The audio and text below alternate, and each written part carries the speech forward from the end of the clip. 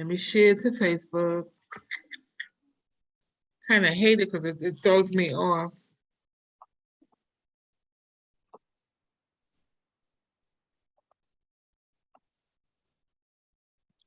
I'm trying to get Haritha on here. I shared the link. Okay. Okay, got it. Well, I'm not gonna be on video spontan just because I'm holding my cell phone. Normally I'm on a computer, but tonight I'm not. That's fine. Okay. We're just glad that you're here. And we pray that you'll be able to share this with other women in the community. Definitely. Thank you. There's a J. Renee. Yeah. Okay.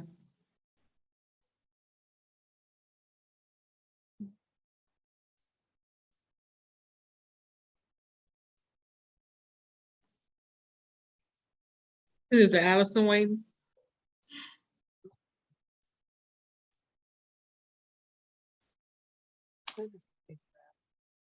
All right, I'm about to share this on my timeline. Yay. I'm like, you get the link, you get the link, everybody gets the link.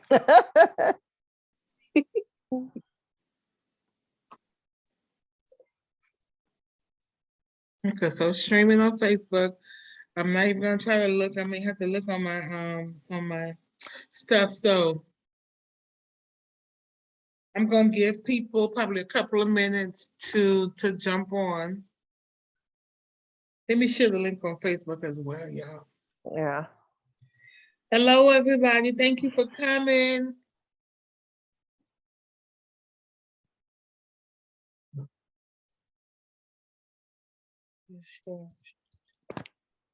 Oh, so there are some people already on Facebook. I see. Pauline is on there, Miss Pauline. So it's now 6:33. I'm a stickler for starting on time. And y'all bear with me, I'm gonna turn it down real low. Something else. All right, we're gonna go ahead and get started. I am Karla Scipio, host of Sister Get Up, Let's Talk. I'm a nurse clinician, life coach, and I want to welcome you today, October the 23rd, to our second in our fourth series of intergenerational conversations where women share their stories of pain, triumphs, in hope that we can encourage each other. I want you guys to know that we meet once monthly, most likely on the third Sunday of the month at 6:30 p.m. Eastern Standard Time.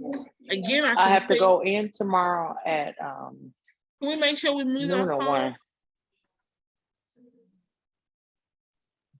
We meet once monthly, streaming on Facebook and YouTube. I ask that you follow us on Instagram, and I am Karla Scipio. Facebook, you can like and follow my page, Karla M. Scipio. And also like and subscribe to our YouTube channel, which is Karla Scipio. Today, I have the pleasure, I'm really excited because you guys may not know that I am a labor, well, once you're a labor delivery nurse, you're always a labor delivery nurse. I was a labor delivery nurse for over 20 years, almost 25 years, until I went out into the community where I could get them before they actually came in to labor and delivery. I felt like I had more time. Today, I have the honor of presenting. We have two guests. We're going to talk about infant maternal and child morbidity and mortality in the Black communities, or communities identifying as Black, Indigenous, and also colored. I am really excited. And then first, I'm going to go ahead and introduce Katrina Johnson. She is our MSN educated RN, started her nursing career as an LPN. She climbed up the ladder, y'all. LPN, RN, obtained her BSN in 2016 and her master's in nursing in 2018. Katrina has been a nurse for 38 years, telling our age, and has worked in medical surgical ICU, in med-surg ICU, and post-surgical units. She was the best scrub tech you can think about. But she has worked the majority of her career in maternal child health as a labor and delivery nurse. Maternal child nursing is her passion, and she wants every woman to have a great experience as she brings new life into the world. That's her passion. That's her reason for being. Katrina has served in the roles of nurse manager, assistant nurse manager educator, and simulation coordinator. She is currently an adjunct professor at West Coast University. Katrina has been an A1 and member. Katrina, you're gonna tell them when you come on what A1 represents. Okay. Over 15 plus years, and is currently a member of the National A1 Correspondent 2020 Program Committee, a member of the California A1 Conference Planning Committee, and created as the LA Valley A1 chapter leader. Katrina is the Perinatal Quality Institute coordinator for the state of California. She's a A1 intermediate and advanced fetal monitoring instructor. She's the one that teaches others how to listen to your baby and monitor the baby's heartbeat. Neonatal resuscitation. I'm gonna ask that you mute all your phones. Neonatal resuscitation BLS instructor, and she'll tell you more and more. I mean, Yeah, I'm good basically, with all that. yeah. She is my sister, a fellow nurse, and definitely an advocate for women in our communities, not just here, not just in California, but it's all over the United States and all over the world. So that's Katrina. We have two women, powerhouses in their own right, different generations, but they have similar ideas, and they're advocate for change in themselves, in their friends, and also in the community. And we have Halle, Carey from NAU, right? NAU. You know, she's gonna correct me. Yes. She is a holistic doula. She was one of my students when I worked at Clark Atlanta University. And you know, Clark Atlanta University, they do well. They do a whole lot of stuff. They run the world. I'm sorry, y'all. That was just Okay. that's just Whatever. Don't be sorry.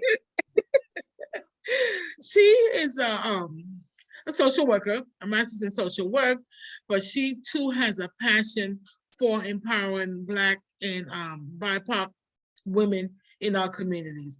And before we take it, move on to the spotlight and let the others share and talk about why it's so important that we as women who identify as descendants of Africa, or even indigenous people that were here when everyone came to this world, why it's so important that we have this conversation.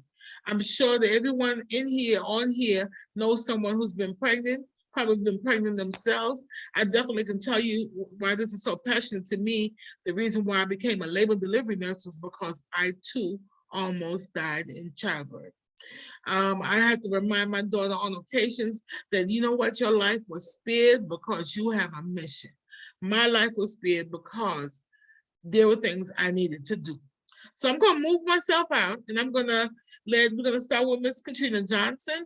She's going to talk about her perspective as a advocate and a activist in the community of maternal child health. And then we'll go on to Miss Carey, who's going to talk about why she ended up as a why she left to move to being a holistic doula. And then we'll come back and we'll have conversations. Feel free to hold the conversations, the questions until the end. This is a conversation. We're not preaching, we're not lecturing, we're just having a conversation. And I believe after this conversation, we can change lives. If you can share the video stream with your friends and get them to come on board, it takes us to change our community. So I'm gonna move out of the way. I'm gonna put my stuff on mute, and I'm gonna let you guys do your thing. Okay. Hello, everyone. Good afternoon. Good evening for everyone on the East Coast. Just wanted to go over a few statistics. I'm gonna share my screen right quick, Karla. Let me see where.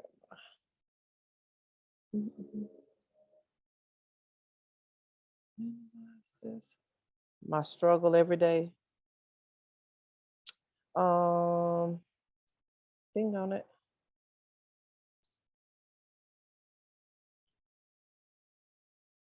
Sorry, Oh, PowerPoint. Share.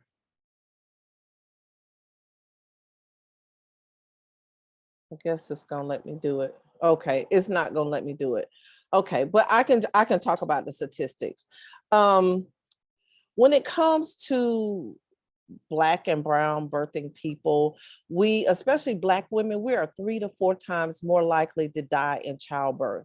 And 80% of these things that happen during childbirth are preventable, 80%. So that means hemorrhage and those morbidity and mortality incidences around hemorrhage, high blood pressure, sepsis, infections, all of these things are preventable.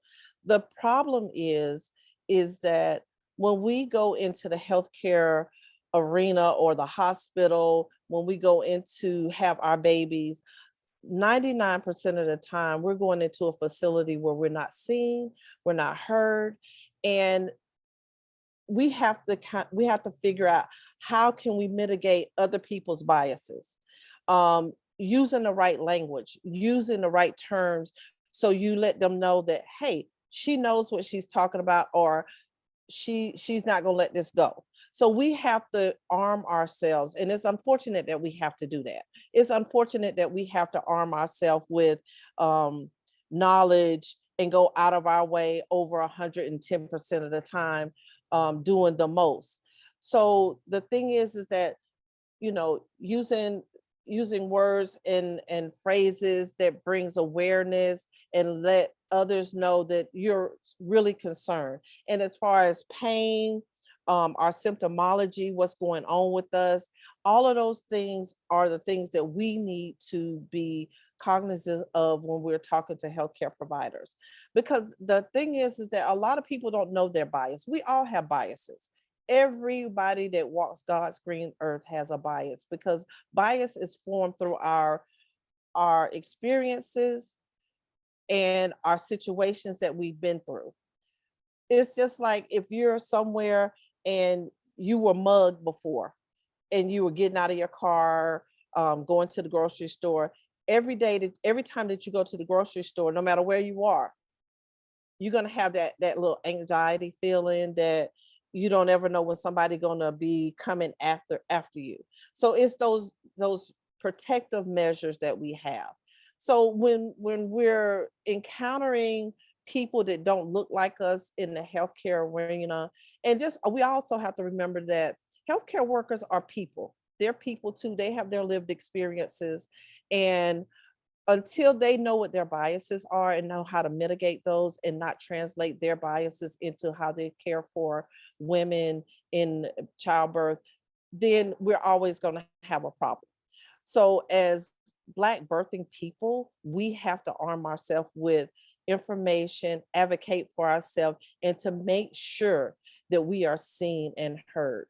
And some of the ways that we do that is to have not only just your spouse or someone that is with you as a support person, also now, and I know that we have COVID restrictions, a lot of places have kind of loosened those up a little bit. Most places can have 2 visitors, but the key caveat is the doula is considered part of the healthcare team. So with a doula, the doula can come in even though you have a partner with you. So that's your yes, your birth partner. So the doula is another set of eyes that can see and hear and help you to advocate for yourself. And when I say advocate, you know, not just have someone come in, oh, we're going to break your water. Asking permission. Hi, Haley, the doctor's going to come in and he or she wants to break your water. So is that okay? And this is what's going to happen when they come in to break your water. And explain it to that patient. I don't care if it's their 10th baby. They need to have that information and give permission. You have to give permission to allow someone to do something, to actually do that to you. And those are the things, that's how we advocate for ourselves. Because if you're 2 centimeters and they want to break your water, you may not want that because it changes your whole labor process when they break your water. That your bag of water is considered a cushion. It cushions your baby, it protects your baby from infection. So when they break that water, it introduces infection into your uterus, and it changes how hard your contractions can be, and so many things that go on with your labor. It may not necessarily speed it up, and that's their thought. It may speed it up, but if this is your second or third child, that if they break your water, it's still going to take just a same amount of time. So your body better than anyone. You have to be an advocate for yourself. And for us to be advocates for ourselves, we have to arm ourselves with information and how to advocate, doing it in the right way. Because we know when we go into these spaces, when we raise our voice, when we get angry and get belligerent, they see us as hostile. They see us as angry. And that totally shuts them down even more. Not only do they don't want to see you or hear you, they won't even come in your room unless they absolutely have to. So we have to, and it's sad Sure, but that we have to do this, but we have to kind of, I guess, set the stage and hopefully be as kind as possible so that the caregiver doesn't feel alienated, and they shouldn't feel that way. I mean, this is just the truth of it. We shouldn't have to be worried about them and what's going on with their life. We're here. We should be their focus. We should be their center, and they should be here to take care of us and help us to bring our newborn into this world in a way that we want to. And I know a lot of times when we have the medical model versus our personal choices on how we want our labor and our delivery to go, but it should be a collaboration between the two. It really should. So go ahead, Karla. I was going to ask you, but before let's go back before we even get to the hospital setting, because I think a lot of people haven't thought about how to choose the right provider for you. Where do they deliver? So how can we, before we even get to the hospital setting, where, because you and I both have worked in labor and delivery, we've also been patients in labor and delivery. And I remember my experience where I can hear the labor and delivery nurse admonishing the young girl, telling her, well, you weren't thinking about that when you were doing it. And I was scared out of the woods because I didn't know what to do. I was in a whole lot of pain. And here I am sitting up in there and I had no defense. I had nothing, no one to talk to me, to tell me. I was clueless. And then, that was my first experience. But with my second experience, I had someone who shared that she had found a provider, and that provider really cared about her, and that provider took care, listened, and that's how I ended up going to that physician. So, what are some of the things that we can do when we find out that we're pregnant? We want to. What are some of the steps that we should take in order for us to make sure? And it doesn't guarantee anything, because oftentimes where we have our babies is not in our hands. Right. Yeah. So I think a lot of times when we find out we're pregnant, yes, definitely get prenatal care, but also interview your physician. Get your physician's philosophy on delivery. If you have somebody that's strictly into the medical model, that may not be the provider for you. And then think about what kind of delivery you want. What kind of setting do you want? Do you want an in-home, a birth center, home delivery, or do you want a hospital delivery with a midwife? It's a lot of different models out there that you can do. You also have to think about those things. The other thing is where they deliver.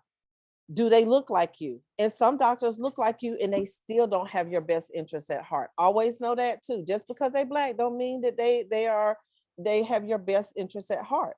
So you have to kind of, ask the right questions. And with that, coming up with, okay, so how do you see me as a patient? What are some of the things that you feel that are important? Come up with a birth plan also. Have an idea of how you want your labor and your delivery to go. And then when you interview your physician, okay, present your birth plan. This is what I feel like I want for my birth. I want to wait as long as possible before you break my water. I would rather not have oxytocin or pitocin unless I'm not contracting adequately, or if my water breaks before my contractions get really intense, can I walk? It's just those little things, just making sure that y'all are both on the same page, because the last thing you want to do is get to the hospital. You want to walk and the doctor like, oh, that doctor don't let you walk. You have to be on the monitor the whole time. So, just kind of getting on the same page as your physician, and, go see them a couple of times.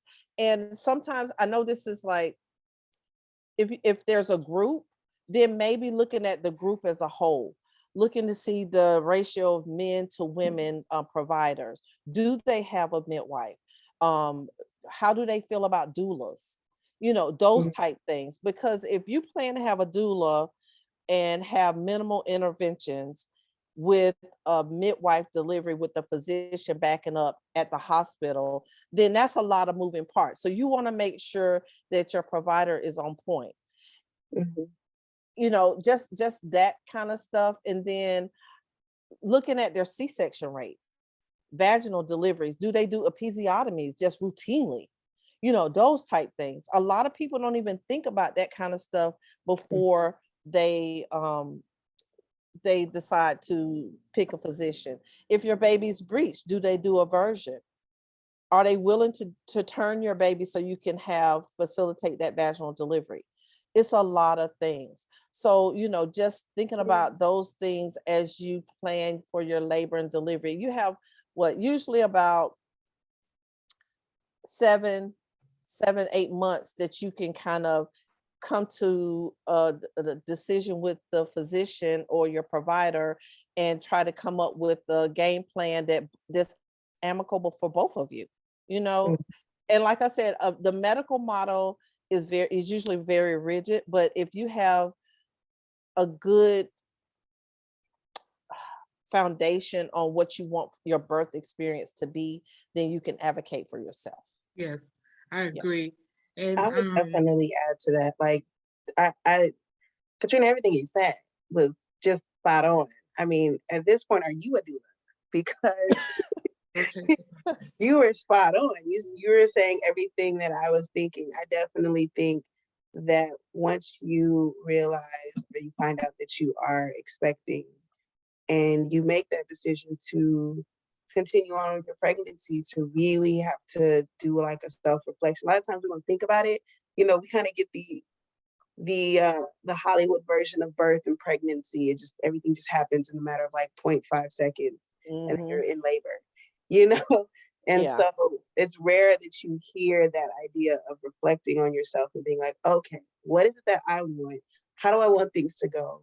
What level of education I need? What kind of questions do I need to ask this whoever is delivering my baby? Where, having all those questions. And I would definitely say, Katrina, you did everything. I'm trying not to repeat. But, one of the things that I like to emphasize is the birth plan, because that gives a complete outline of how you want things to go wherever you're having your baby or babies. That also gives the partner or that support person an opportunity to understand and know what you want to do. And I was going to go deeper a little bit into it when it was like my time, but there's different levels of consciousness that a mother is in when she's in labor, or when she's in labor, and there's moments where she may not be able to advocate for herself. And the importance of having that birth plan, whoever is there to support you during that time has an idea and understanding of how you want things to flow, so they can advocate on your behalf as well. And so I think those things are extremely important. And I always like to say, if you don't like your position, you have all and any opportunity to change the person that you actually want at any point, because You know, that's why, again, like Katrina said, it's important to ask these questions in the beginning so you know, one, who is this person that may be delivering my child or children, but also to give you some room to maybe, okay, we're not vibing well, or I'm not liking this particular physician's philosophy or whatever. I need to find someone else. You have a little bit more room to make those changes. People think like once you meet one doctor, that's it. And it's no, you can definitely go out and find someone else or change your or change your method, you know? So I definitely would say that too, for sure. Yeah. And I'm glad, Halle, don't feel free to jump in, because that's what we're having is a conversation. Definitely some of the options, discussing some of the options that our birthing parents have. And I think we need to, this time we can actually talk about the history, because I know Katrina talked about the different models, and it was just kind of like, you briefly touched on it. But let's talk about our history of obstetrics in the United States, in the country, how the model was set up, and why we are where we are now. So, and what is yeah, go ahead. And what are some of the things that we can actually do? I know you talked about the birthing plan. I know you talked about what we should do as we choose a provider. But let's talk about what our history was and what we lost, and how can we get back to that point where I feel like obstetrics was taken away from us. It was actually taken away from the Black lay midwife, because that was the creation of the visiting nurse whole agency thing. So when the Black midwives, not only did Black midwives deliver Black babies, they also delivered white babies as far back as slavery. Right. Because when they brought the women over from Africa, a lot of those women knew how to birth babies. And they birthed not only the women on the plantations babies, but also the master's wife and daughters.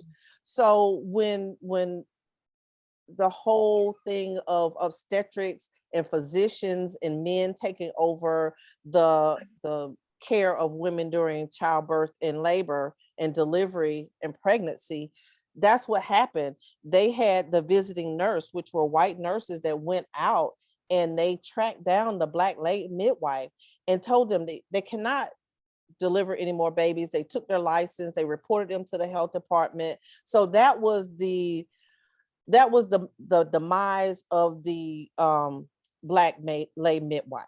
That was the beginning of the end right there. So and what I feel like we need to do as Black birthing people is to be open to the alternatives, birth outside of the hospital births, home births, especially if you're low risk.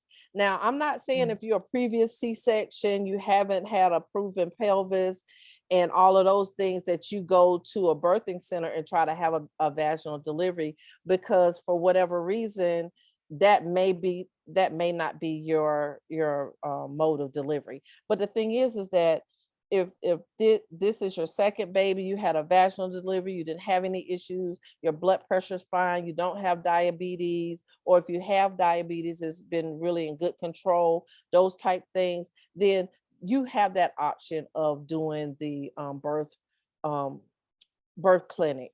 Having those advocates, the doula, or someone who has had babies before and understands the process. It's just like when we send patients home that are breastfeeding.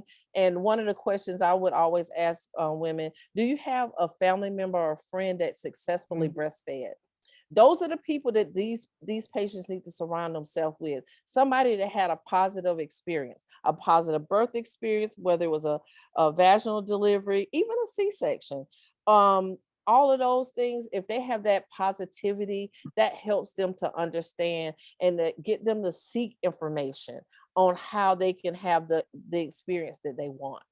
And definitely like having I mean, I'm a vouch, but having a doula on your support team is important because they can also help connect you to them. Because I know, like, I've had first time mothers that didn't know where to start. They just knew they were pregnant and they Mhm. knew it was going to happen and they didn't know who to talk to, where to go. I mean, at some point, I have to give my spiel on what it is to be a doula, but to have someone not only who's had that positive experience, because to be honest and to be transparent, I've never had any children. I don't have any children of my own. So a lot of times some people may not find trust or value that just because they think, well, you never had children, how do you know? And sometimes it's not the point. The point is I have a series of not only skills or knowledge, but I can help point you in the direction of people that may support you even further besides just me to that support or that education that you need, or understanding what those alternatives are. Yeah, you don't have to be in a hospital. If you want to be in a hospital, cool. We can go to the hospital. If you don't want to be in a hospital and you want to go home, you could do that too. At this point with COVID, that was a thing where a lot of women were going home and trying to have home births or having home births so that, they didn't have to have the limitations of the hospital. But you Right. can also have a water birth. You can go to a birth center, or I think you called it Katrina Birth Clinic. So the beauty now is, well, yeah, the beauty now, I think the foundation of these alternatives is messed up with historically how things kind of got cut and limited. But the beauty of it now is there's so many different options now. So it's people have the variety of choices when it comes to how they want to have their children and how they want to the experience that they want to have. It's just unfortunate that the history of it was cut in a way that we had to kind of, I don't want to say condition, but we had to kind of stick to that one option for a while, just having babies, in hospitals, or at some point we were just having babies on our own, with no support, with no intervention, with nothing. Yeah. So yeah. And they had a better outcome. Mhm. Those women that birthed at home Yeah. with a midwife had a better outcome. They survived childbirth with less morbidity and Mhm. mortality. So when you go into a hospital to have a baby, and I'm looking at the a participant list, and I see some of my fellow labor and delivery nurses on here. We know that when you go into the hospital, labor and delivery is connected to what? The OR. I mean, you right across the hall from the OR. It's so convenient that it's like, okay, they just waiting, baby. They just like this. Look, we gonna see what you do. Because if you fall off that curve one time, you out of here, baby. And then the other thing is that when we look at our labor and delivery rooms, I just think about when I worked at South Fulton. We had a blood pressure monitor on a bedside table with the fetal monitor and the TV on the wall, and pretty much that's it, in a bathroom. Now, when you look at our labor rooms, you have EKG monitors, you have the fetal monitor, you have the tracings on the monitor, you have all of this equipment, oxygen, suction, which those are necessary things. But when you look at a labor room and look at an ICU room, what's the difference? Mm. Not really a lot. Then Too you're much. laboring your patient in an ICU bed, basically a room, and it's right next to the OR. So you have surgeons that are just waiting for something to go wrong so they can cut. Mhm. You just don't have that opportunity to recover from anything that's negative. And we know as labor and delivery nurses, when we resuscitate our babies in utero and give them a chance to Pepper. resuscitate inside, they do much better. They do much better if we can resuscitate those babies in utero, give them the chance to recover, even if you have to have a C-section. If your baby's not doing well in utero, it's having some D cells, if we can get that baby to recover and do a little bit better and you're still not progressing, and then they decide to do a C-section, that's one thing. But what irks me is when you have a D-cell, it's starting to come up and the doctor said, I don't care, we're gonna go ahead and take her to the OR. Give the baby a chance to resuscitate itself in utero, because that's the worst thing you can do. I think it's all become so legalistic. Yes. And we live in a society now that the first thing they decide they're gonna take it to the, to the attorneys, they're gonna sue. Yep. I'm not saying that all providers are 100, because I've worked with providers that I know they couldn't be my doctor, or I wouldn't know family members of mine. With me having daughters, on they can't take care of my daughters. I've even had where I would have to tell physicians that that's my daughter, this is what you're gonna do, and tell them what I wanted them to do. So we're coming from a different perspective because we work in that environment. But I feel that we definitely need to talk, and this is why it's so important that we have these conversations now. When I think about people like Serena, who knew that something was wrong with her, and even though she had millions of dollars, no one would listen. She's still a Black woman. So it doesn't make a difference age, how much money you got, how educated you are. When you listen and you look around with Judge Hatch and her daughter-in-law, so many Kira women, Johnson. right? So many women are dying when we don't have to, because this system is being forced on our throat. And I feel it is. And that's why it's so good. I'm sorry. And that's why, like, I encourage, when I've talked to women, I've always said, I feel like everybody needs a doula. Like, you can have cousin, auntie, mom, grandma, niece, nephew, dad, grandpa, whoever. You can have everybody that have given you that level of support in those spaces, but you need someone specifically there for you to make sure that you have that experience, that positive experience that you want, or that you have that person to advocate for you when you consciously may not be able to advocate for yourself. I'm always like, everyone needs a doula. Everyone needs that level of support that is strictly for them, because we do in any space, and I wanted to give that disclaimer, like, I know for me coming into doula work, I was new to it. I didn't know anything about doulas. I didn't know anything. It just kept coming to me one day, and one day I was like, okay, I'm gonna listen this time. And as I got to, gain a little more education on childbirth, labor, and pregnancy, and postpartum care, and that whole journey, I was anti-hospital. I was like, I don't want to be in those four walls at all. But I learned over time, like, sometimes it's not the case. Sometimes you do have those providers or those nurses or those team members that are there with you, that are supporting you and giving you that level of care throughout your entire labor and childbirth, journey.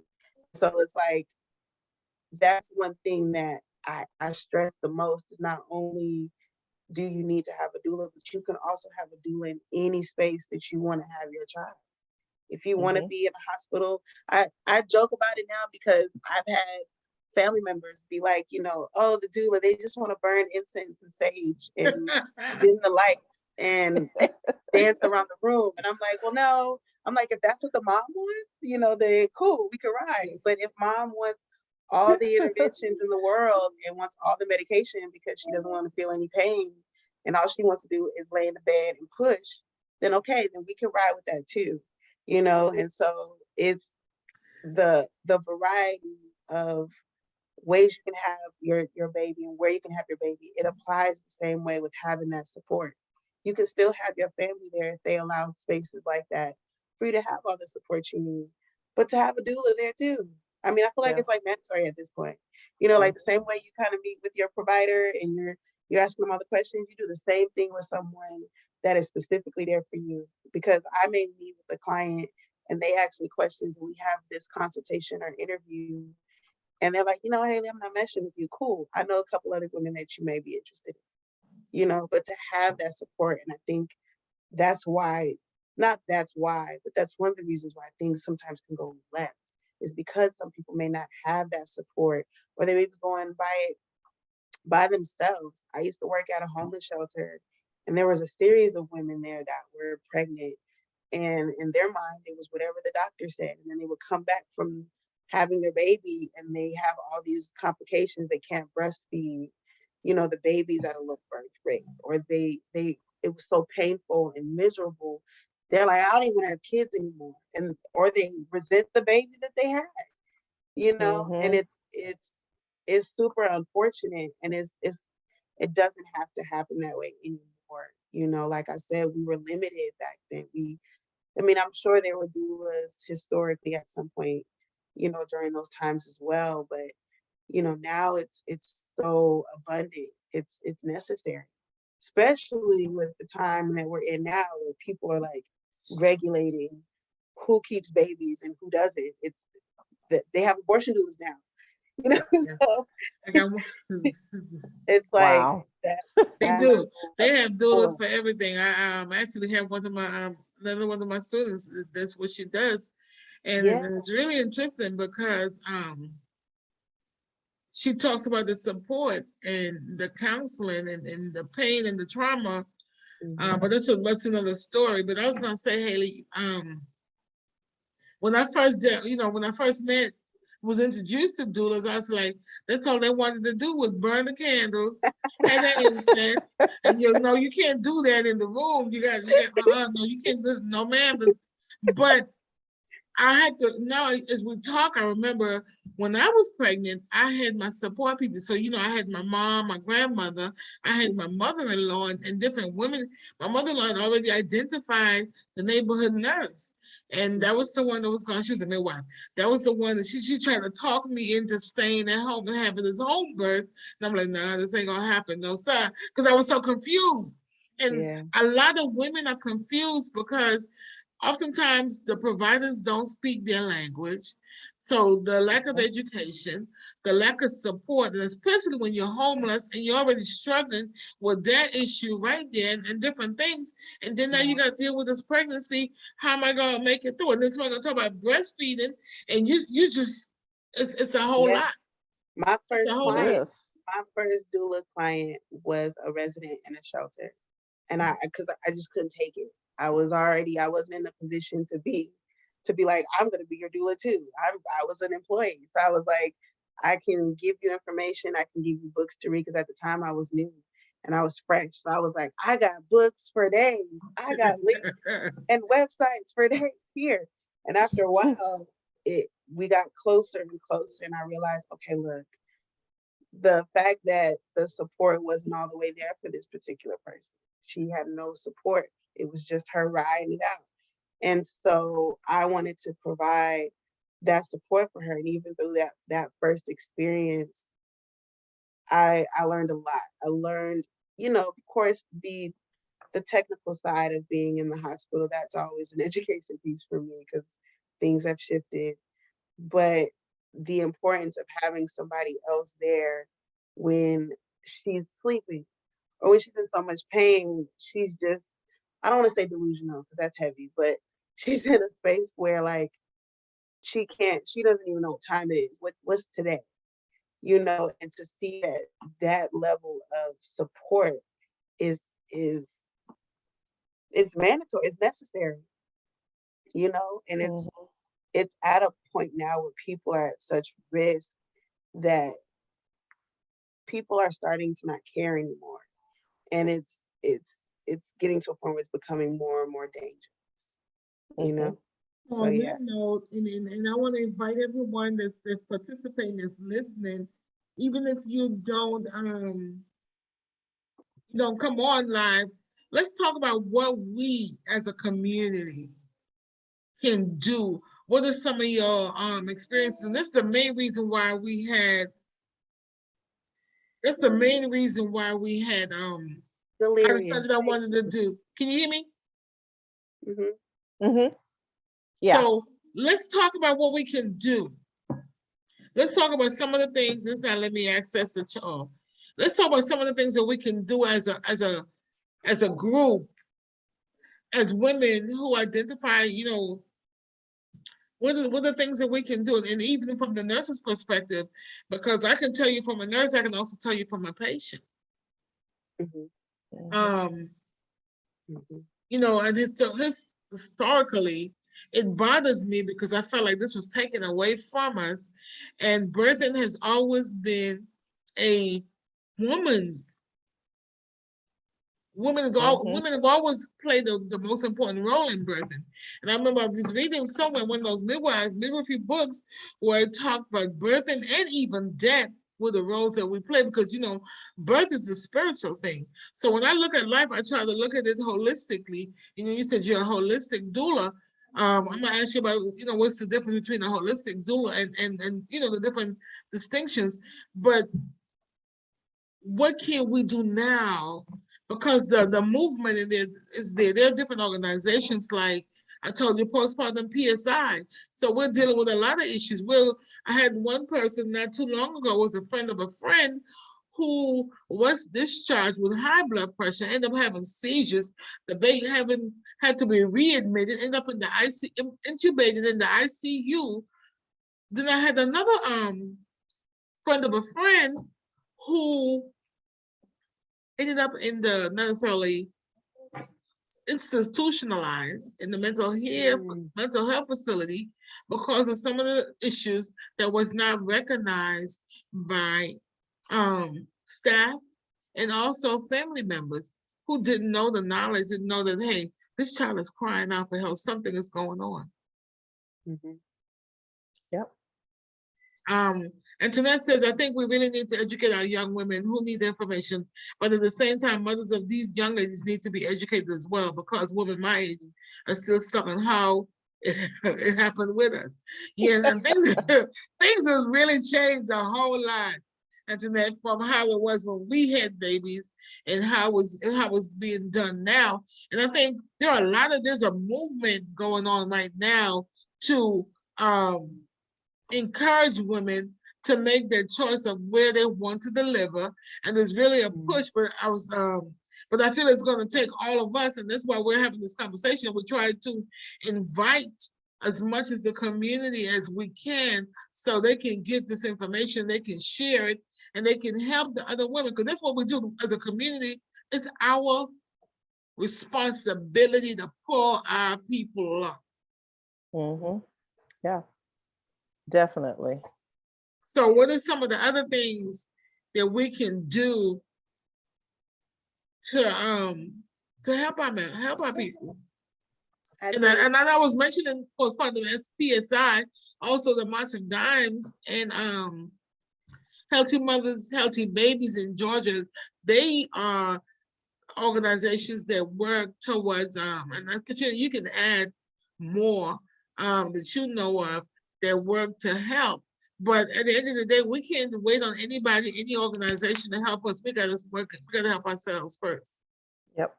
And I know Community earlier, resources, having those community resources, and you know, everything that we do, a lot of times we don't get paid for, but it's still worthwhile. I know money is important, but just helping out, having church wherever you gather for your religious or spiritual gatherings, having that as a venue to help educate women on what they can do, creating a template or just a sheet of paper with a bunch of websites on it and names of different information, like the Leachy League, how to get a doula, what is a doula, you know, the health department, the March of Dimes, like Karla said, and you know, doing those mom groups on Facebook, Reddit, blogs. WIC is a great resource for nutrition and food. It can supplement food. It's so many different things out there, but you have to kind of like, it's like all over the place. It's not in one place.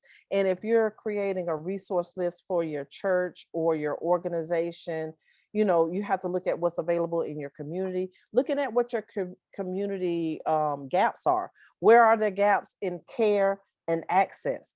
A lot of times that's what it is, care and access. It's a gap between access to care and how do they get there? Do they need money to go here? Is this a fee-based thing, or is it a sliding scale? Not everything is free. And a lot of people, especially if they're in a shelter, they have a limited amount of money. So creating those resource lists with this information in mind and having it available for them, and also helping somebody just to say, okay, I know you got a smartphone, but let's take the smartphone and we're gonna save some of these things in here. Just reading information from the internet, that would help too. And Just I was those just little about to things. add, I was just about to add to that, because I was saying, social media Yeah. is a whole thing now. I mean, Yeah. I mean, even on Facebook, there's like an option where you can ask for recommendations for things now, or you can post something on Instagram or Twitter and says, hey, You're gonna I'm bed. looking for a lactation specialist in Georgia or in the Atlanta area. Does anybody know? And you're likely to come across individuals that you may not even know can give you those resources. I know one thing that I do is when a client or a potential client signs the contract to have my services, I send them what they call a PCN guide. And it has a series of links and resources on, pregnancy, childbirth, labor, postpartum. It's just like a complete guide that was given to me by my mentor, my doula mentor. And that kind of gives them something to kind of work with. And then, of course, with me being here, we have a doula as well. That doula not only is just there when you're going through labor and childbirth and postpartum, but they're there before that even happens. So during your pregnancy, there's those conversations, at least with me, that we meet and we talk like, what are some things that you want to get knowledge on? What are some things that you need? I have the heart and the passion and to be affirming. I have the skill set to be a therapist. I just got to get like licensed and all that stuff. But I also know that within my doula work, I cannot be a full-fledged therapist. You may need another level of healing that I can't provide you at this capacity as your doula.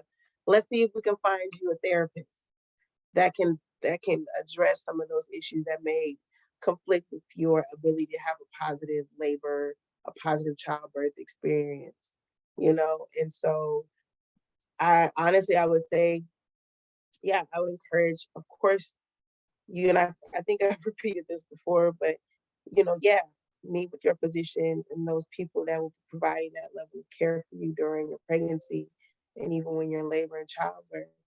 But also find a doula, find someone that you know, or find someone that can give you that level of support during the time, before, during, and after pregnancy and child. I think, in Atlanta, I had a situation where I was working a job, because again, I'm in social work, and I was working with the organization that was working with they had COVID hotels, which is where homeless individuals who tested positive for COVID have nowhere to live. So then they moved them into a hotel to try to get them connected to like resources and housing and stuff like that. And so that was kind of my position. And I had a client that was pregnant, and she was kind of worried about where she was going to have her baby and what happens when she leaves or has a baby, where is she going to live. So on one end, it was the social work side of helping her identify somewhere she could live.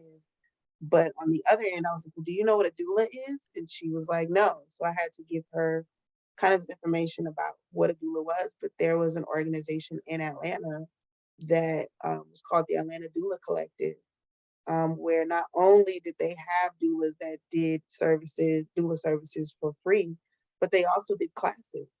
Like every weekend, I believe they did classes where women could come to the community and go to them and have these events about postpartum care or nutrition or breastfeeding or something like that. So even now, when I have clients, if there's something that is free to them or that they can have access to get information, I send them that way, so that, yeah, I can give the information to my face turn blue, but they can too, And so it's just, like you said, community is so important. I think because we live in a social media time, it's easily accessible to find resources. Just people have to feel comfortable to like literally reach out a Right. hand and actually ask.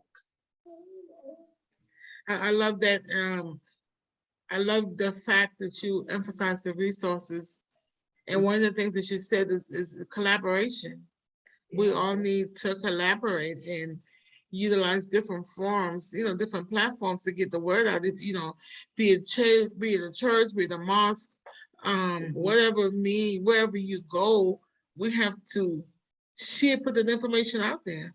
Because as women, and that's the main reason why I have these conversations, because I consider intergenerational conversations to be of utmost importance, where we learn about our history, where we learn about ourselves, what our grandmothers did, what we did, what you young, because we're all different generations and we all can learn from each other. So that way I can share with you what we did, and then you can tell me, well, this is what we're doing now, and this is how it works, blah, blah, blah, blah, blah. And then we can come together, and all of us together makes a difference. So anybody want to add anything else, Katrina? What you got to say? Renee, I'm gonna call you out. Kisa, it's Kisa and Sabrina is on here. Haritha, and Karla, I know you know Haritha. So Is she from those are, South Fulton as well? Haritha always worked at DeKalb. She is now at Emory Midtown. She's the director of maternal services over there. Yeah. So Tan's on. So my cousin Tangika's on, and she is a therapist, a mental health therapist. I just sent her the links. But I think what we have to do as Black women, we have to get back to the community, get back to what we were when our moms and grandmas. Just think about how many times, when you were walking home from school and you were cussing or acting a fool, and before you got home, you didn't think anybody saw you. Nobody heard you. You didn't think so. But baby, by the time when you got home and your mama was there, oh, guess what? Miss Susie from down the street or over on the other side had already called her and let her know that, baby, that gal of yours been walking up and down the street cussing like a sailor. And what can you say? That's what I'm saying, community. That's our village. We have to create our own tribes. And I just know that without my tribe, Karla, Scipio, and the people that I've met along the way, because when I had my daughter, I was in Atlanta, and basically it was me, my daughter, my son, my husband, and the friends that I knew from work. And those people became my family away from family. They had my best interests at heart. They were always there to support me. And I'm not saying that, all up in my house or anything like that, but I knew if I called them and I got a question, I need something or whatever, they were there. They had my back no matter what. And like Karla was telling you, Haley, we were talking earlier about me cooking at work. We did perms at work. I mean, we as a group of Black nurses that worked at that hospital, we worked at South Fulton, we held each other down through good times and bad. We had one coworker that went through a really bad postpartum depression after she had her last baby. And I mean, clinically depressed. Still trying to work, still trying to do, but she was just like walking in a fog. And baby, she came to work one day and her head was towed up. It looked like she hadn't had a perm in like 3 months. I said, ma'am, we got to do something with that hair today. I got in my car and I went down to the Kroger on Cleveland Avenue. I got 2 perms. And we were back there and I permed her hair. We had a blow dryer and somebody's curling iron. I think I went in Cindy Young's locker and got her curling iron and curled her hair. The day shift got here talking about, well, did y'all send her to to the beauty shop last night. I said, I don't know what you're talking about. So that's how we got down. That right there. Love. Took It's care of each other. the importance of the village. Yes. Like, The village is you everything. know, with our community, the village was it not was a thing. It is a thing. It creates who we are, you know, to a degree, and it's important, you know, and you never know. It could be anybody, you know. That's the beauty of our culture too. It could be anybody that's a part of your village. I mean, who knew that I was going through such a postpartum depression thing, and I didn't even do my hair, and who knew that my coworker who was gonna go to the store and get a whole perm kit for me just to help me with my hair, you know. So it's like it's such a thing that brings me joy, and it's one of those things where it's not emphasized a lot, or people are kind of nervous about it, because we do get the all skin folk and kinfolk vibes, you know. But to be very intentional about who you want in your life, and what do you want in your life, and how you want to live that aspect of your life, and where are those entities that support that. Yep. Right. It's necessary. You never know who it could be. And I think that's what kept us going through slavery, through segregation, and even today, although today it's not as how it was in the past, was the fact that we as a community helped each other.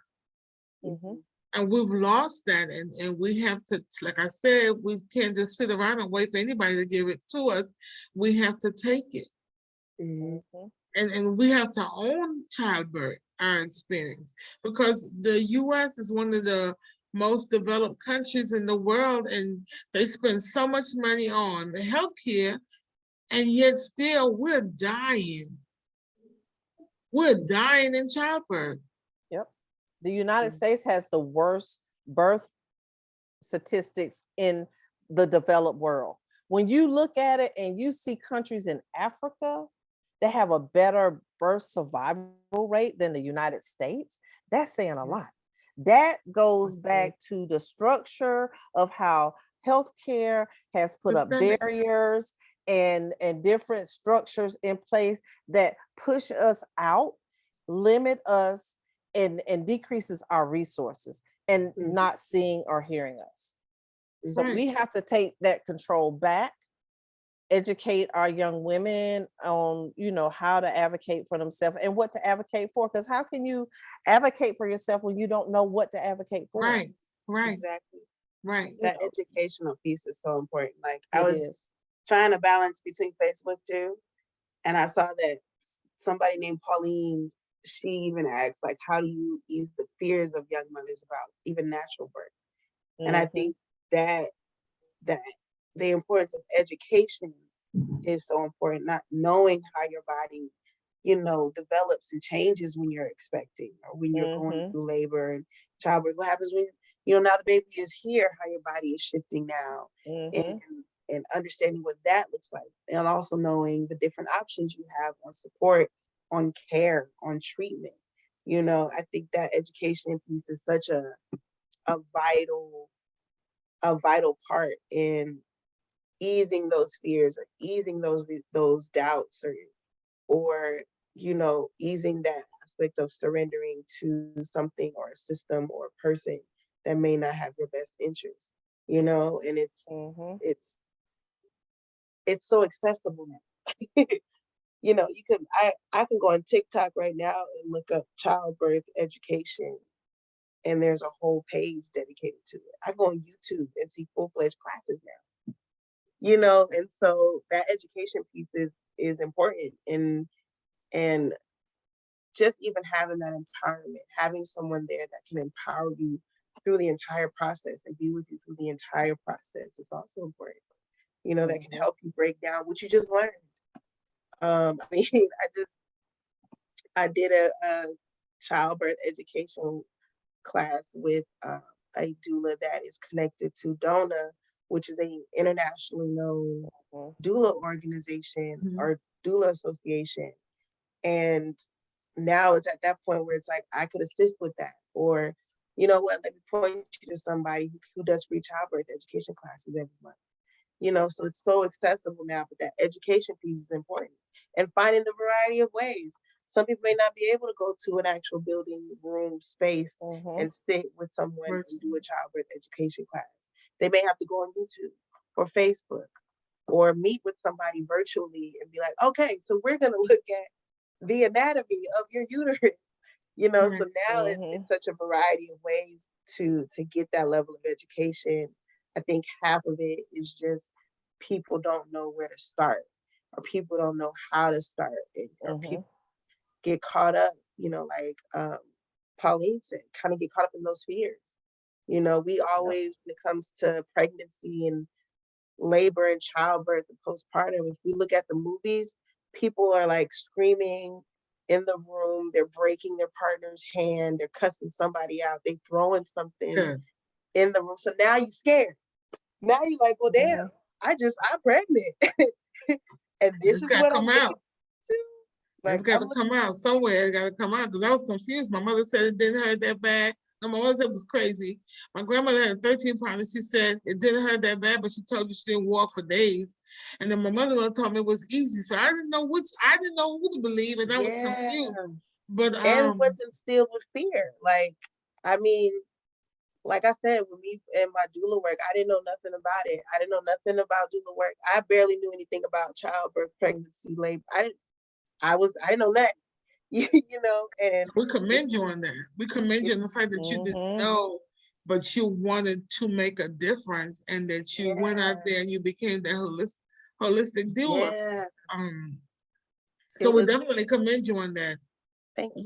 We have a question that says, how does that childbirth survival rate compare between the white population and others?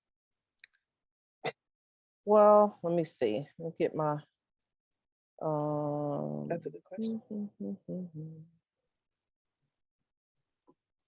I mean, I know, Katrina, I know you're pulling up something, and I know you can definitely correct me and elaborate. We know what this is. We know this, but I want y'all to have the statistics. Yeah, like I mean, I'm still getting all those. I know statistics are shifting left and right, but I do know that Black women have a higher mortality rate. They have 3 to 4 times higher chance of dying in childbirth. And when you look at the statistics, the CDC has the statistics on their website, but when I'm trying to pull this up so I can see it and just explain a little bit better, that when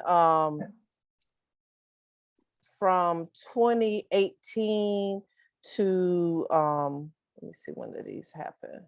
2020. Okay, so total deaths per 100,000 live births. So let's see.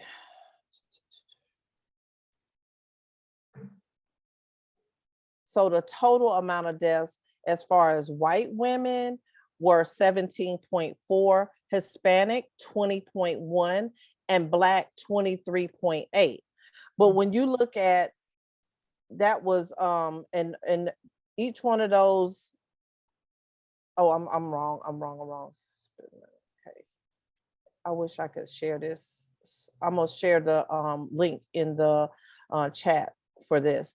But in 2020, the non-Hispanic Black, which is us, the death rate went up from 23.8 in 2018 to 55.3.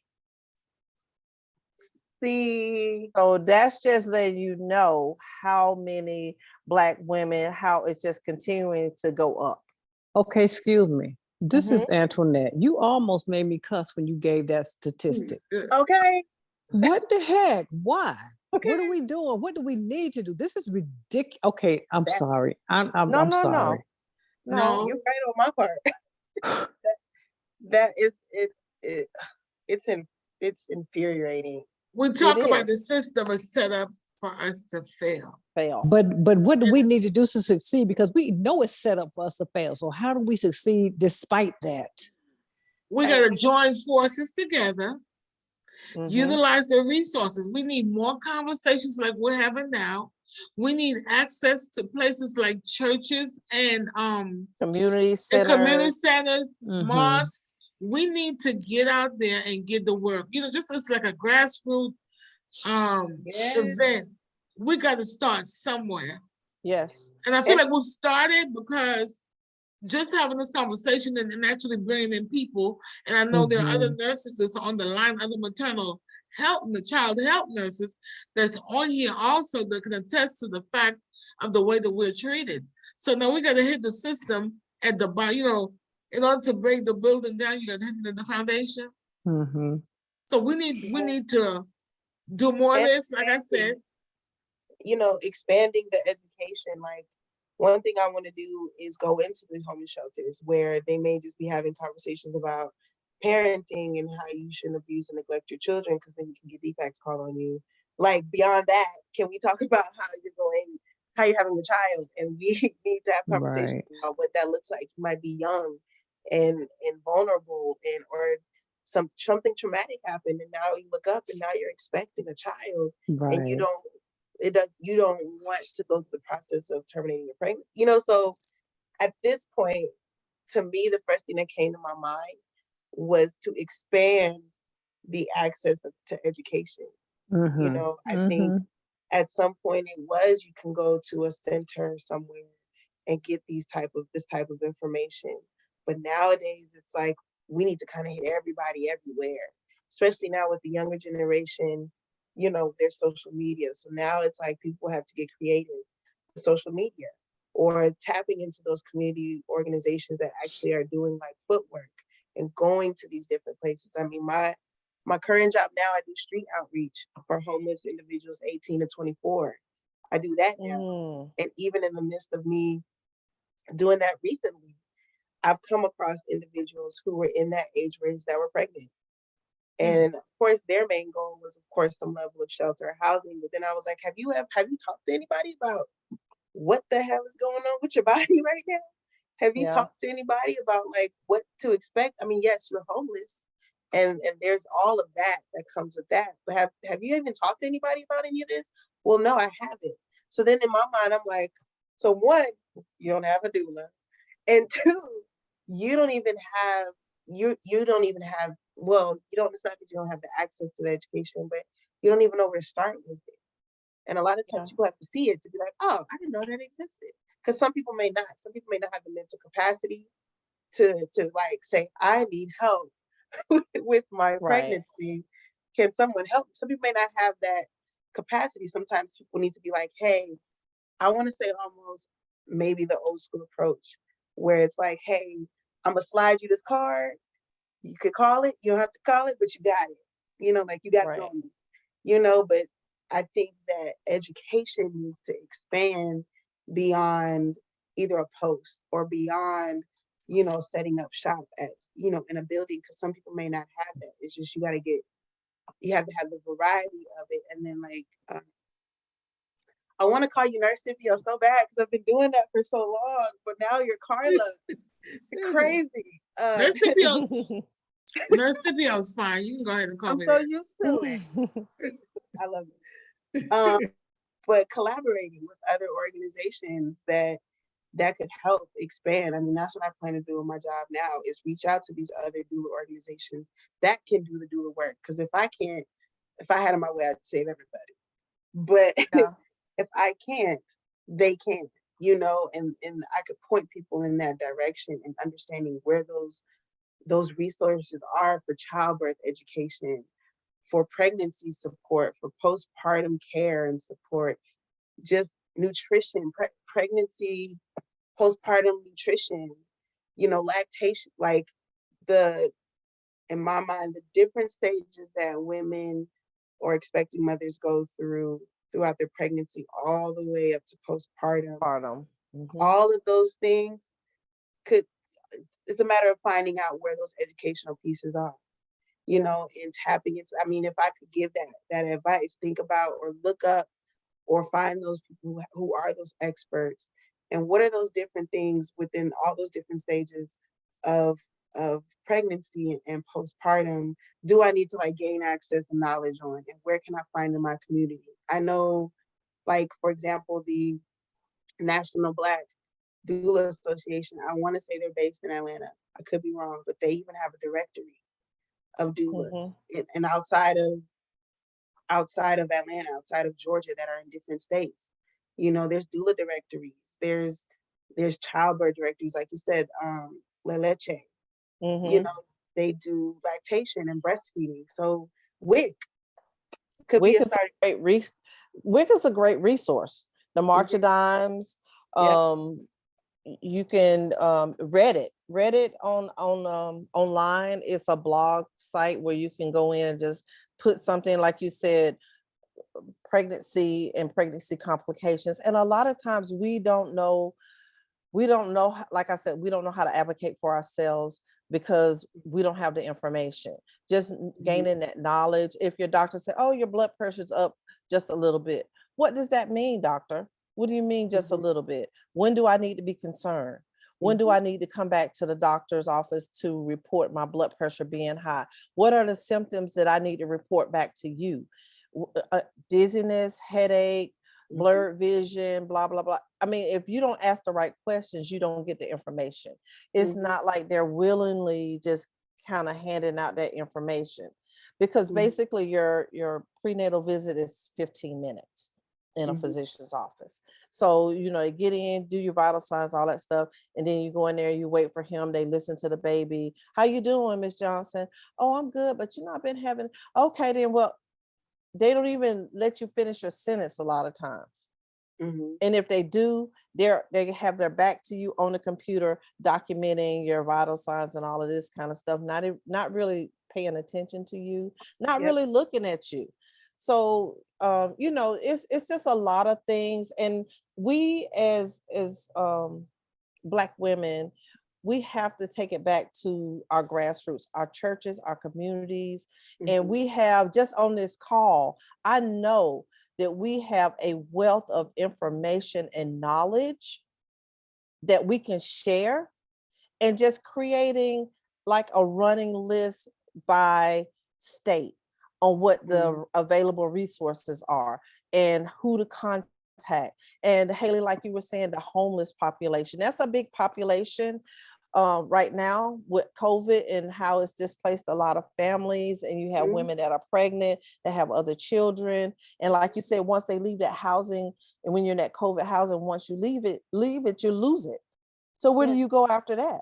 I mean, what do you do with your other children if you're in a city where you don't have family? And it's just so many things.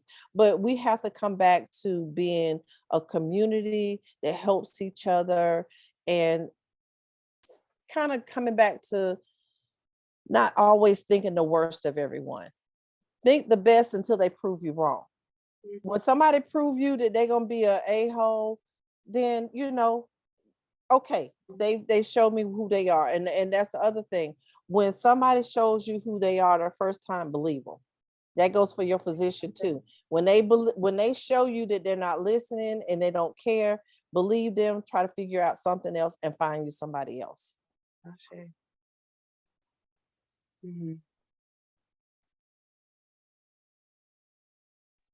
Okay, so you guys have let me full. Most definitely. Haley, Oh, I do want to say one more thing, Karla. One more thing. I just had a thought. Mental health in our Black society. We know that that's one of those taboo things that we don't really talk about, especially after you have a baby. And recently, I encountered a young woman that had a total psychotic break. She was 34 weeks pregnant, and working 2 jobs. She was a kindergarten teacher working a supplemental job. Her husband was out of work. She has 2 kids at home. So you have all of these competing priorities. And she was pregnant, but she didn't identify with the pregnancy because the only thing she could think about is getting to work, making that money, making sure that they kept a roof over their heads and electricity on, all this kind of stuff. Then she started acting weird. You know, she just like, She was pregnant. She said she just didn't feel pregnant.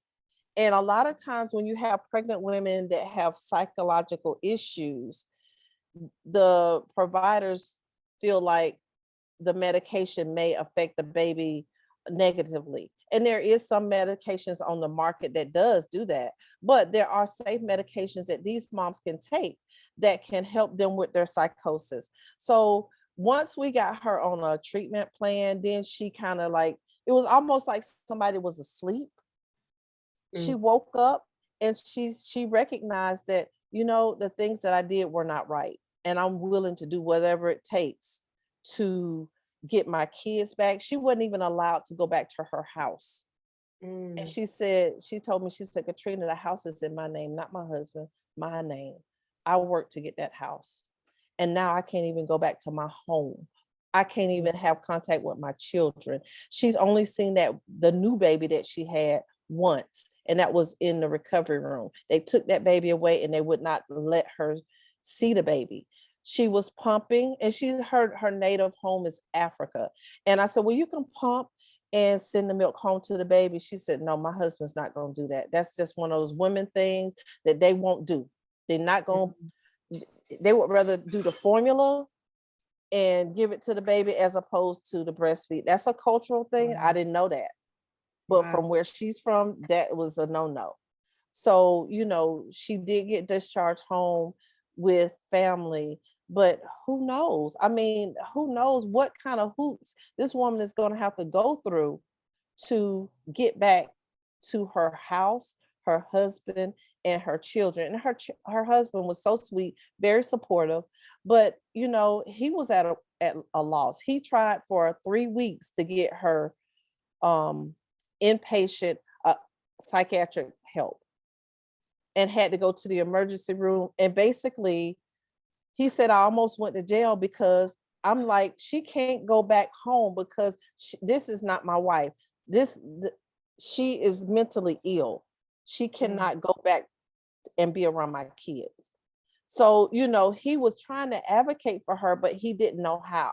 And it just, the grace of God, she ended up at our facility where we have an inpatient mental health facility, and they admitted her there. And she was a repeat C-section. She got a C-section. And, you know, when I went to see her before she went home, she said, the first thing she said, and I cried. I was like so sad. She said, I didn't know if you saw me. I didn't think that you heard me. Even though the only thing that she said was, I have faith. She had faith in God. She said, I have faith. And I would talk to her and I would say, you know, she said somebody implanted a phone in her, they put water in her. I said, well, this is your baby's heartbeat. I have faith. And when I saw her and she was back to herself, she said, I was just so happy to see somebody that looked like me. And you were there. And I made a point of being there when she had her C-section in the room, so nothing went haywire. But that's what it's going to take. It's going to take us one-on-one, person by person, holding their hands and helping them to get past these hard times. That was one of the saddest things I had ever experienced in my whole 39 years as a nurse, is to see that woman look at me and just start to cry because she said she didn't feel like she was seen or heard. And she had continued to pump. Because her thing, she said, the only thing that's keeping me going right now is to pump and know that I'm going to be able to hold my baby and feed her soon. So I don't know where that's going to hit anyone, but that hit me hard. And it just makes me even more encouraged to do the work necessary to be available to whomever I can and to help whomever I can. I really feel like that's important. Thank you. Thank you, thank you, thank you so much, both of you, for the work that you do, for your love for your families, for your love for your sisters, and for your love for your people. Thank you so much. Thank you for coming on and just supporting my vision of having conversations amongst intergenerational conversations amongst women. So we can talk about how we can hold each other up, how we can help each other. So anyone else wants to add anything to the conversation? Yeah.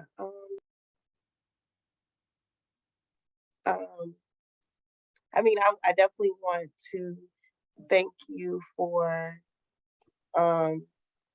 having that platform and allowing the space to even have these type of conversations. Because as we talked about it, it kind of starts with speaking about it, you know, of course, having the education side of it, as we've all talked about, but just starting the conversation. And I don't know everyone who has joined us, their backgrounds or their thoughts or their questions or anything to that degree, but you know, sparking the conversation, sparking the thought. So I definitely want to give you your kudos and virtual flowers on opening that door and having that conversation. Of course, with my position as a doula, as a birth doula, I'm working on becoming a postpartum doula as well. Because, you know, one day I want to do it all. Okay, one day. But I just want to make sure that I encourage those who are thinking about, you know, having children or are in the process, if not, are currently expecting to hire a doula, a birth doula. I mean, in my mind, there's a whole party of people that need to be involved in someone's life. I could go through that, but I know as my position as a birth doula and that is doing the work, that's always my first recommendation, is to have somebody there that is strictly there for you, that has a plethora of knowledge and just that heart, at least for me, that heart of support and that heart to serve and to be there for people who may not have anybody, that can be there for them, that has everybody, you know. And to, like Katrina said, and I have a feeling Katrina may mention it, but to be okay or to be empowered and passionate in your process enough to question who you're coming in contact with, who's supposed to be providing you care and support and treatment during such a time that is sacred, during such a time that is I lost my word, but basically sacred and important and can be vulnerable and is new for a lot of people. Even if you've had multiple children before, every pregnancy, childbirth, labor experience is different. And so I just encourage those who are interested to look at doula work or to look at finding a doula or someone there that can strictly support you during that time, and being okay to advocate and ask those questions even to the people that have had book knowledge forever. And I've been doing this, you know, I've come across providers that are like, I've been doing this work for 50 years. That's great. You know, I'm glad you have all this wonderful knowledge, but everyone is different. Everybody got questions. And if you don't like it, then that's probably why this client shouldn't even be with you. So yeah, I can go on a soapbox for a while. I'm gonna do it.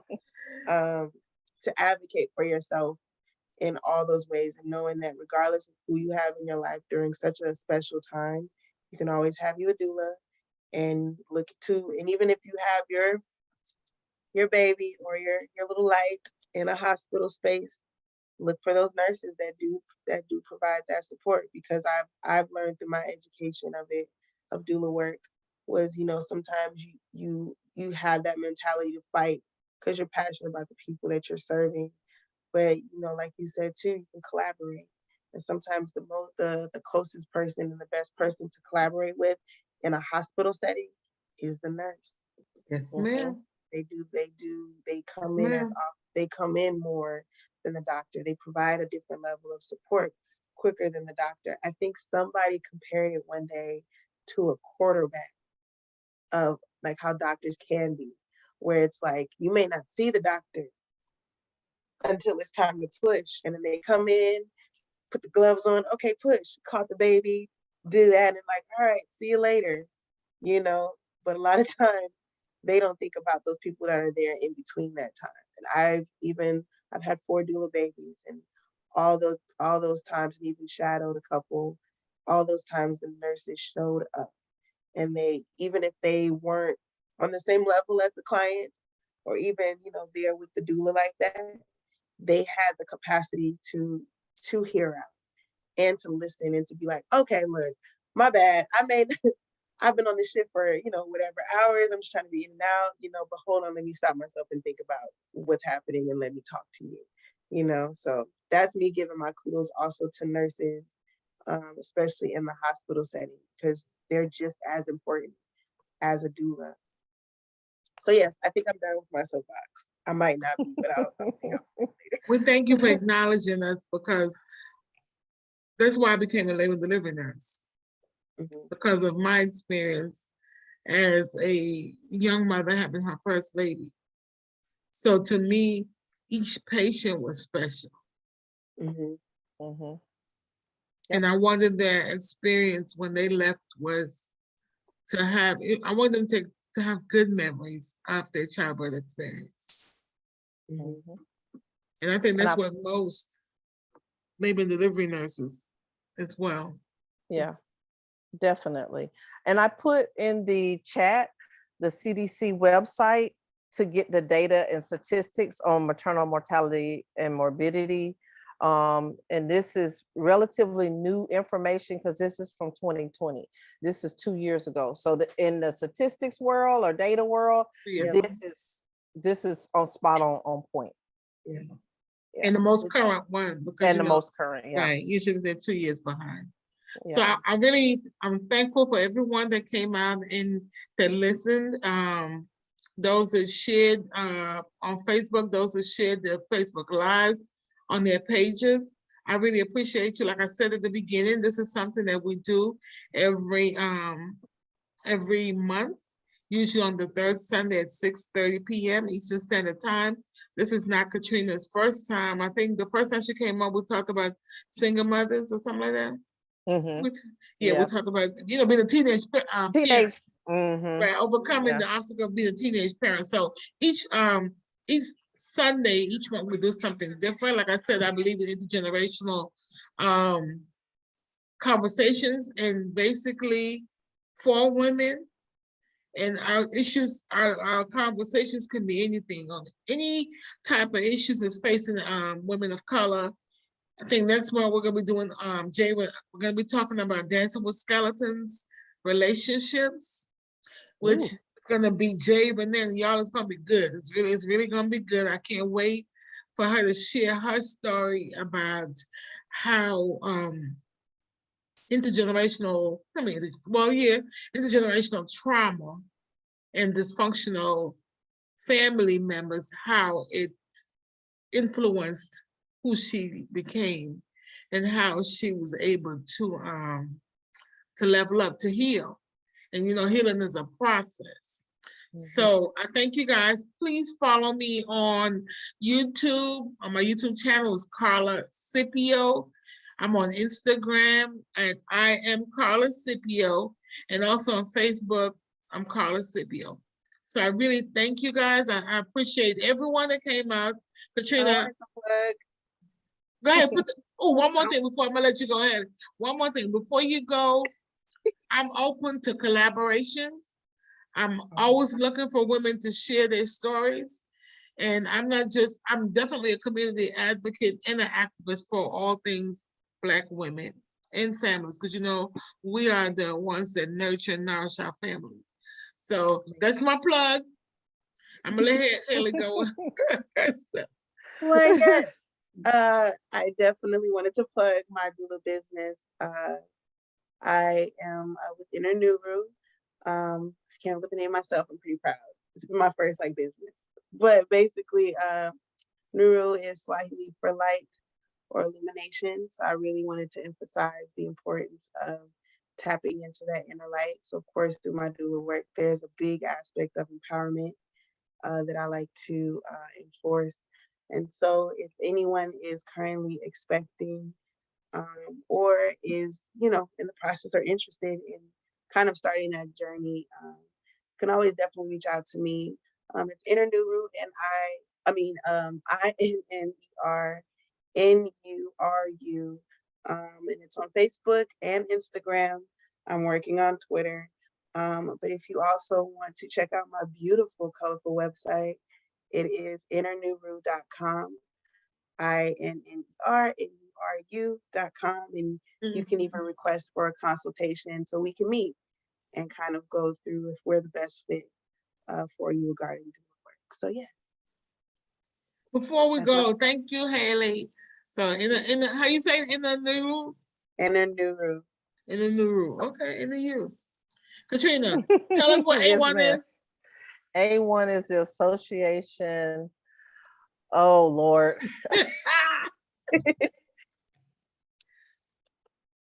I Well, want man, unmute. I want one of them other sisters on here that is an A1 member.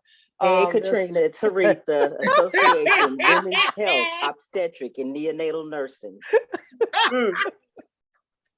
Mm. Once I- again, child. Association, Women's Health, Obstetric, and Neonatal Nursing. That's A1. Thank you. And somebody was asking me, where did I get this shirt? I got this from the A1 website. If anybody wants one, I'm on Facebook. I think you can probably go to the a1.org Facebook store and just order it. I don't think you have to be a member. I think I paid $20 for this. Let me see But what they it have it in says. respect every patient, You know, I'm kind of every short. interaction, every time. A1. Amen. Amen. All right, y'all. Thank you for spending your Sunday with me. And y'all don't want to miss this. Y'all don't want to miss the next one. We're going to talk about dancing with skeletons. How many of us have danced with skeletons or still dancing with skeletons? Go get your Yep. healing together. So right. So right. Thank you, All right. ladies, for coming in and joining us. Thank Thank you. you. Thank you. Thank you.